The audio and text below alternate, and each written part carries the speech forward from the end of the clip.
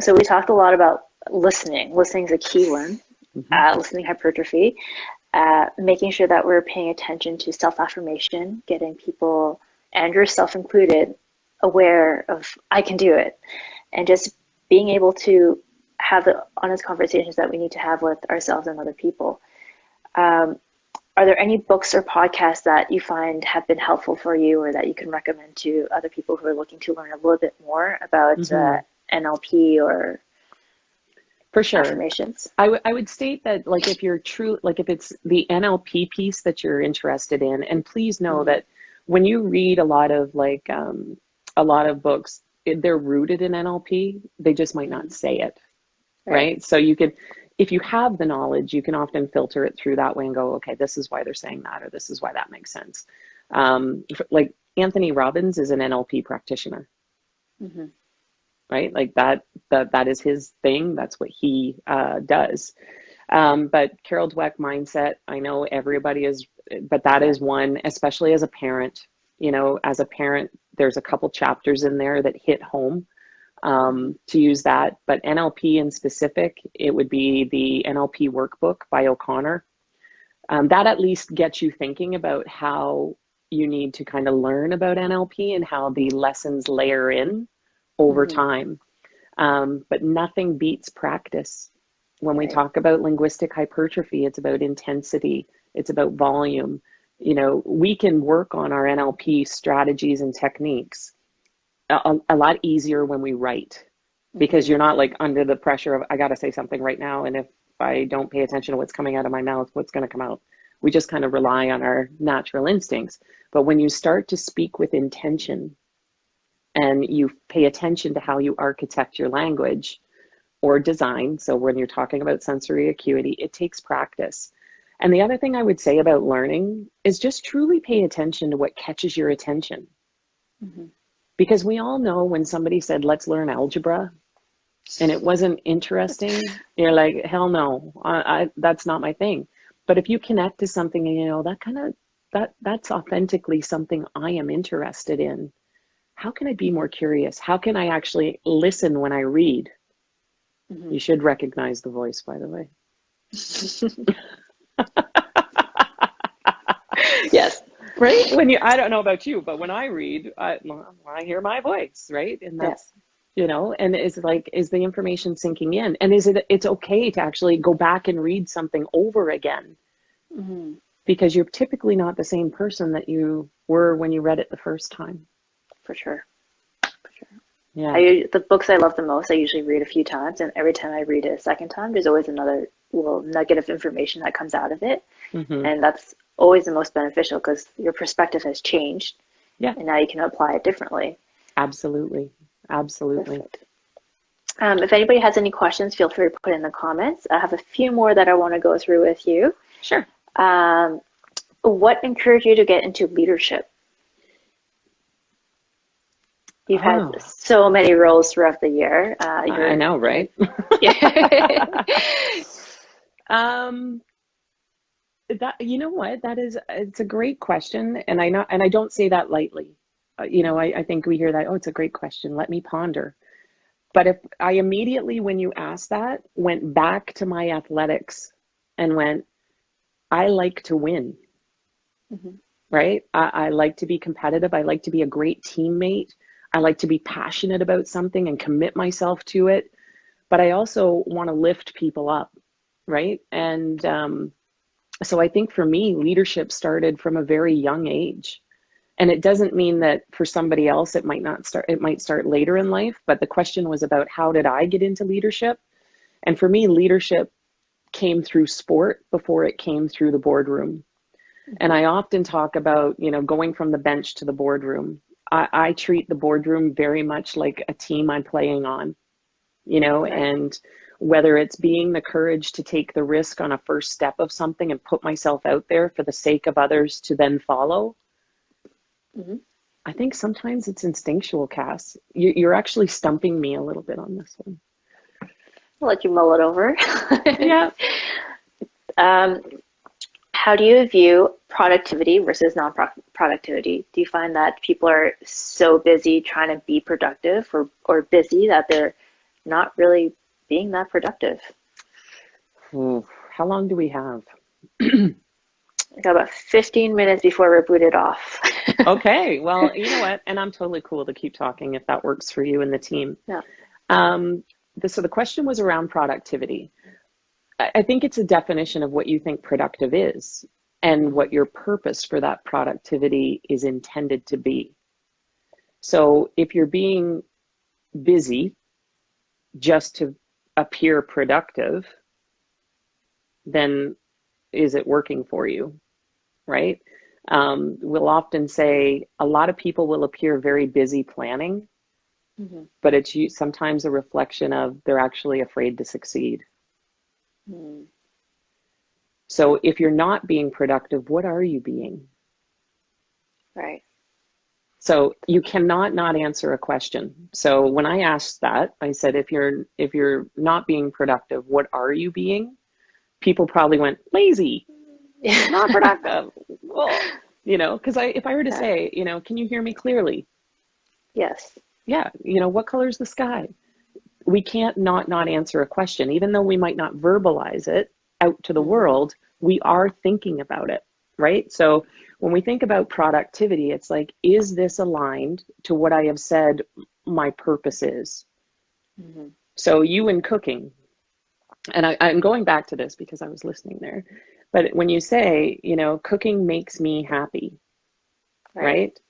So I would be saying, obviously, what's really important to Cass is happiness. So is what you're doing right now a productive way to your happiness? And if you can't connect those dots, that's being Mm-hmm. busy, not productive. Right. I'm happy. I'm good. See, I get to, awesome. yeah.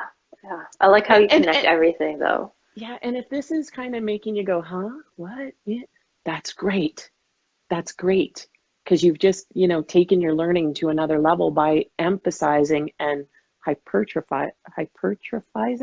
Is that a word? Let's make it up. It is now. Your desire to learn. Like, can Mm-hmm. you be more hungry? Can you look at ways you can turn up the volume on your learnings so that you can create just this amazing vision of what your purpose is? Mm-hmm. So It's what I true. just said was completely architected and designed to tap into all sensory acuities. Right. That's awesome though.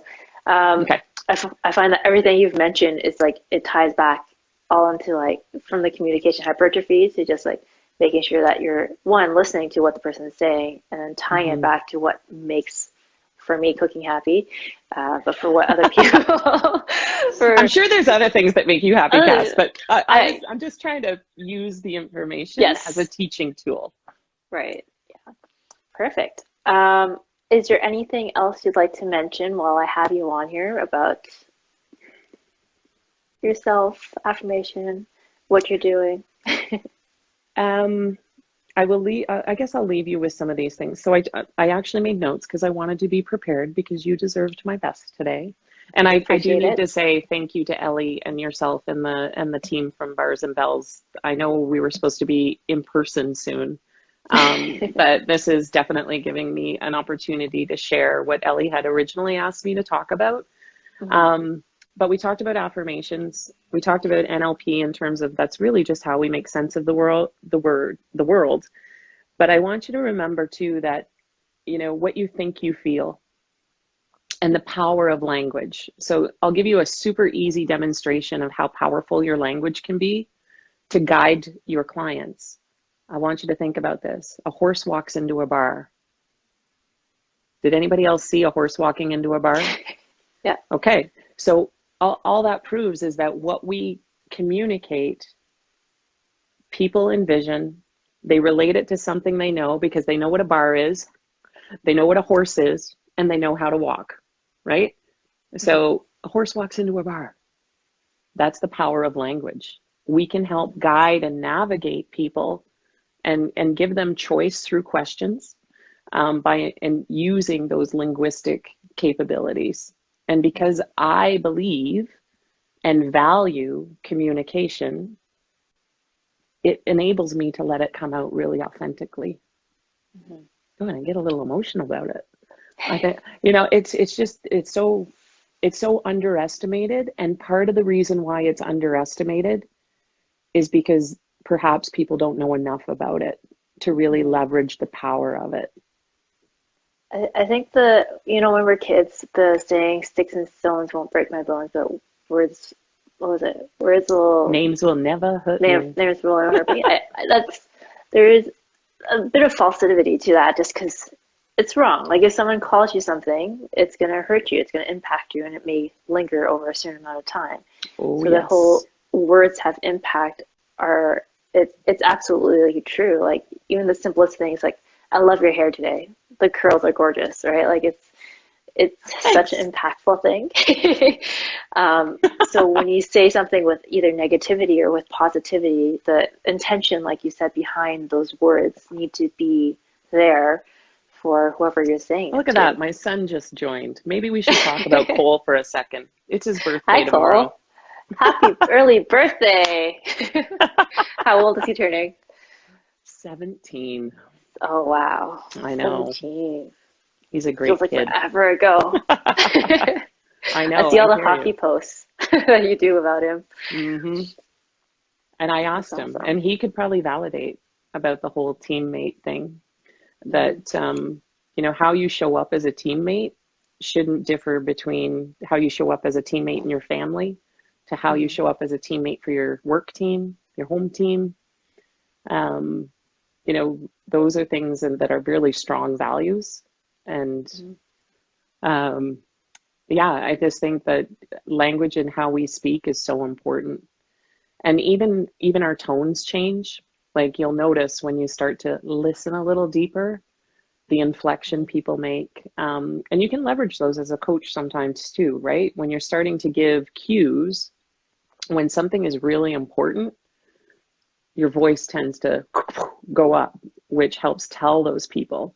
For the visual people, you might go, yeah, right? There's a Hmm. difference in how we coach. So you'll notice, when somebody is a great coach, you'll see and hear that they use different language, sensory acuities thread throughout their coaching.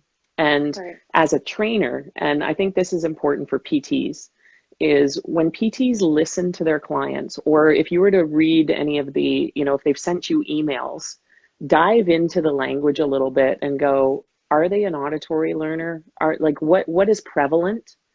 Do they say I see a lot? And start to really be curious about what kind of learner they are, and it'll make your training and your coaching that much easier to create. Hmm. Yeah, it's true. I think Yeah. one of the first things I learned in GLPTI is like auditory, visual, kinesthetic, just like how different people will react. I Yeah. know, for instance, like I'm doing a lot of online courses right now, and I need to take breaks because I'm not a great online person if the person's not in front of me. Like I need to be able to Mm. see and cue in with that person. So something I've learned over time as well. It's like online courses is great, but I need to take breaks. Otherwise, I'm just like, oh, look a bird. Yeah, squirrel. Yeah, basically. Absolutely. Or how can you make your online learning more personal? Mm, yeah, Could you that's put a good pictures question. of could you put some pictures of the peeps you're normally with around you? No, because Is that will can distract me. can you trigger on something? Is there something that you can do when you start to feel that weighing away, but you know Hmm. you might need to stay with it? Hmm. For what purpose would it help you to stick with it? For sure. Yeah. Or I know. online. Yeah. Yeah. You're a really Lots. good listener. You're good. It takes effort, right? And it takes Hmm. effort and it takes practice, which people in my world know. I talk to everybody, like whether it's on an escalator, in an elevator, in cabs. Not so much right now, but is those are your opportunities to truly refine some of those skills, and Hmm. you get to meet some fascinating people too. Absolutely. For Hmm. sure. Yeah. It's great. Okay. Yes. Okay. Thank you so much. I believe we're going to be booted off soon. Um, Okay. so thank you for joining us today. It's been great talking to you. Hmm. We're going to put this on YouTube as well, but also list the sources. So Carol Dweck and all the Yep. books that you've mentioned. And yeah, There's one more I'll say. Absolutely. Go for it. It's called Coactive Coaching Techniques. This one. Okay. Coactive coaching. Yeah, look at that. I had it right here. I'm not bad. Pull it off the shelf. I know. And your summary, which one's that? What is that about? The summary about this one? Yeah. So this one it was layered into, I think, my, was it my master prac or just practitioner of NLP? So this one was in the course I took. So, and it's one that I've referred to a lot over the years, and maybe it's because I personally connect to it. But basically it helps us understand that when we work with clients, we're not doing to or for, we're doing with. Make sense? Great book. Perfect. And one some people might not be aware of, so. Gotcha. Okay. So if anybody has any questions for you, they can DM you, send you an email. What's your preference? Anything? Yeah, you can either or. I mean, I think I have like 8 different things. Like some people send me on Facebook, on Instagram, on email, whatever. And just please be patient. You know, we're there's a lot going on. One question I guess I will ask to this group, because I'm just thinking of this as we're talking about it. I feel like there is a need for more education around the power of language and the power of linguistics. Maybe just get a feel from this group. If I did like a webinar or something like that helps people learn more about it, would there be an appetite for it? I'm in. Count me in. Okay, count you in. And maybe we'll call it linguistic hypertrophy. I think that's a brilliant title, and you definitely need to trademark that. Why not say it on public forums? It's awesome. Yeah. Yes, somebody else is in. Hey, Sawa, great to see you on there. I love it. Yes. Perfect. Oh, okay. This is so much fun and so refreshing to talk about something other than COVID. That's the goal of this. We want to bring some light and education. Cool. And yeah, Caroline said we'll do a poll on Bars and Bells as well, for people who want to do linguistic coaching and hypertrophy. Linguistic hypertrophy, sorry. Or actually, you were bang on. Because isn't Bars and Bells a little about that too? Yes, it is. It's about building, baby. It's about building. Okay, thank you so much for your time, Kim. Really appreciate it. Good to see you. It's always good to see you. I miss you guys, girls. Yeah, I miss people. I miss people. Hey, Cass, keep cooking. I will try not to burn the house down. Take care. Fabulous. All right. Thanks so much. Bye-bye. Bye.